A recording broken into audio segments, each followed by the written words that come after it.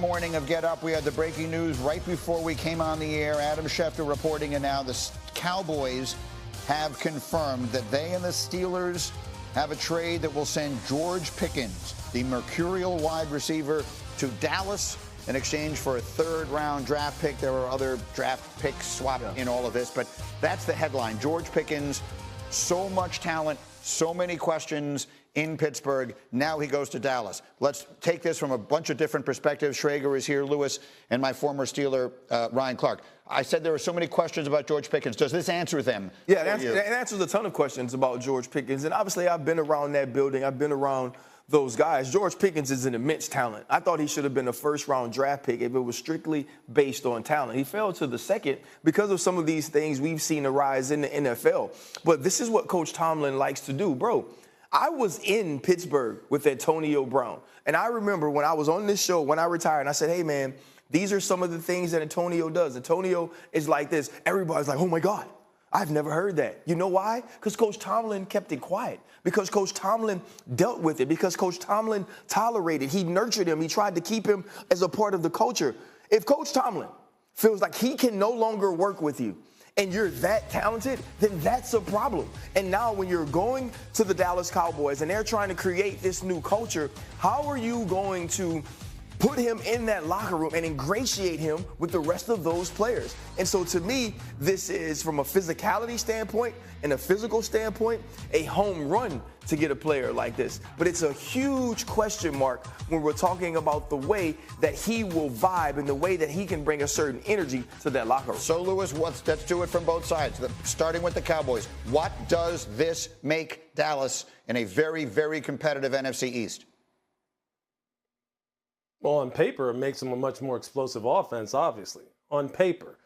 But see, we constantly have to try and do this dance, just like NFL front offices and coaching staffs have to do this dance, meaning getting excited about what would this look like on the football field versus what does it look like away from our view?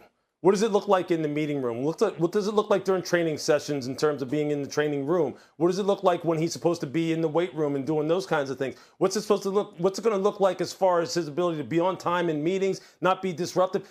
We don't know how all this is. And look, I hear exactly what RC is saying. Look, 2 years ago, we went down to Baltimore when Pittsburgh was getting ready to play Baltimore in the Week 18 game. And we were talking about George Pickens. And you could hear Mike sitting there trying to balance the fact that this is a supremely talented player that obviously pushes me as far as it can push me as far as being able to corral him and keep him within the guardrails, right? In between the white lines, in between the, as far as going out of bounds and doing things that would just be totally disruptive. There comes a point in time when you just go, hey, look, the talent is not good enough at this point for me to continue to tolerate it. Obviously, Dallas is saying, hey, look, man, we didn't get the guy in the draft that we needed. There wasn't someone there that we thought could make a difference or something of that nature. So we have to make a move here. We all know in free agency, you know more about the players that you have when you're talking about veteran player acquisition than you will ever know about the players that you're bringing in. I don't know if Dallas knows what they're getting. I don't know what they're getting. Nobody knows how George is going to react there. But Pittsburgh knows what they got rid of. And that is something that if you're Dallas, you better sit there and go, ding, Well, they're the ones who now have brought it into their building, and they're going to have to deal with it. So let's see what happens. Schrager, give me the Dallas side. Desperate times call for desperate measures. They whiffed in the draft. They didn't get that guy. McMillan goes 8 to the Panthers, and they're sitting there at 12. They take an offensive lineman, and they're preaching to everyone. It's about culture. He's our leader. And this, to me, is we went all through March. We went all through April. We didn't get that number 2. CeeDee Lamb got 73 more targets than their number 2 wide receiver a year ago. This is them banking on Dak Prescott being a leader, being able to run that wide receivers room, saying, I got this, we can handle this.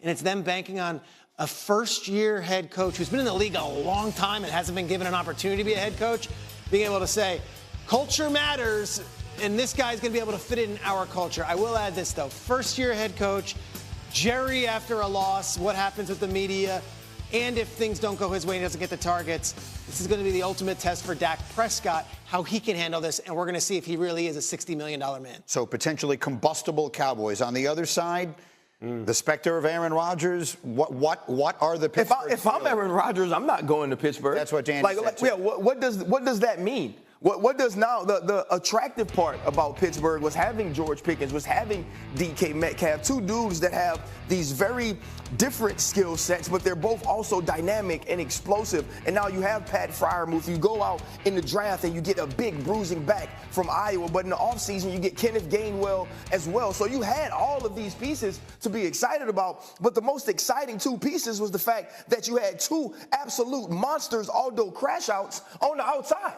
And now you no longer have that. And so if I'm Aaron Rodgers, who knows my skills are diminished, who knows that my time is coming to an end, why would I go a place that seemingly is not building a roster to compete for a championship just to play? Aaron Rodgers just did that last year. And so to me, this isn't a team that's ready to compete, which I'm fine with, because I felt like you didn't make the decision to get a quarterback in the draft. Maybe your evaluation was that none of them were good enough and then Aaron Rodgers is better. But if you're going to suck all the way. Let's go get Arch. Or let's go get Nussmeier. Just got another third round. Yeah, let's go get somebody that can really go. But don't add more to this team and trying to get Aaron Rodgers and be mediocre enough to not pick high. Lewis, what are the Pittsburgh Steelers? They're a run-of-the-mill team. They are in the very definition of purgatory right now. It just is what it is.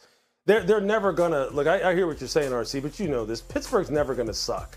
That's not in their DNA. They're just not. But they're, as they're presently constructed, unless there's something I can't foresee, I just don't know how they are able to really, punch through and get back into the upper echelon in the AFC. There's some fine players on that roster right there, yes. Okay?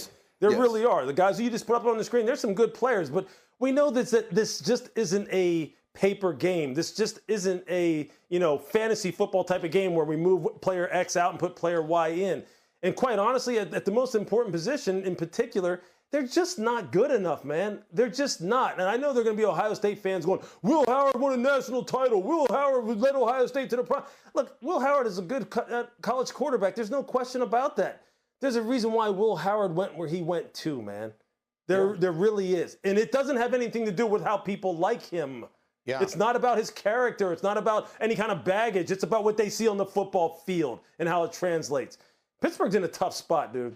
They're in a tough spot. Final word. And we wait for Rodgers. I still think they want Rodgers. I don't think they're moving off of Rodgers. I think that Mason Rudolph is there now, but they are in the waiting game for Aaron Rodgers to tell us in January or February that we'd be in a situation in May that they now are without George Pickens, without Najee Harris. They're completely unknown at quarterback, and the Steelers fans just say, we got it. Hang tight. I think that's asking a lot. I thought you meant that he'll let them know in January when he's got. He might. There's nothing, right? We have nothing. There's nothing. We have nothing, and we can assume all we want that he has a handshake deal and that we know this, we know that. I am telling you, he shows up to the Kentucky Derby, and people in Pittsburgh were unaware whether he was going to announce it there. He didn't. You're right. You know who's a Steeler fan? Stephen A. Smith. First Take is enormous story this morning. Adam Schefter reported it. Now the Cowboys have announced it. They have agreed to terms to acquire wide receiver George Pickens from the Steelers in exchange for a third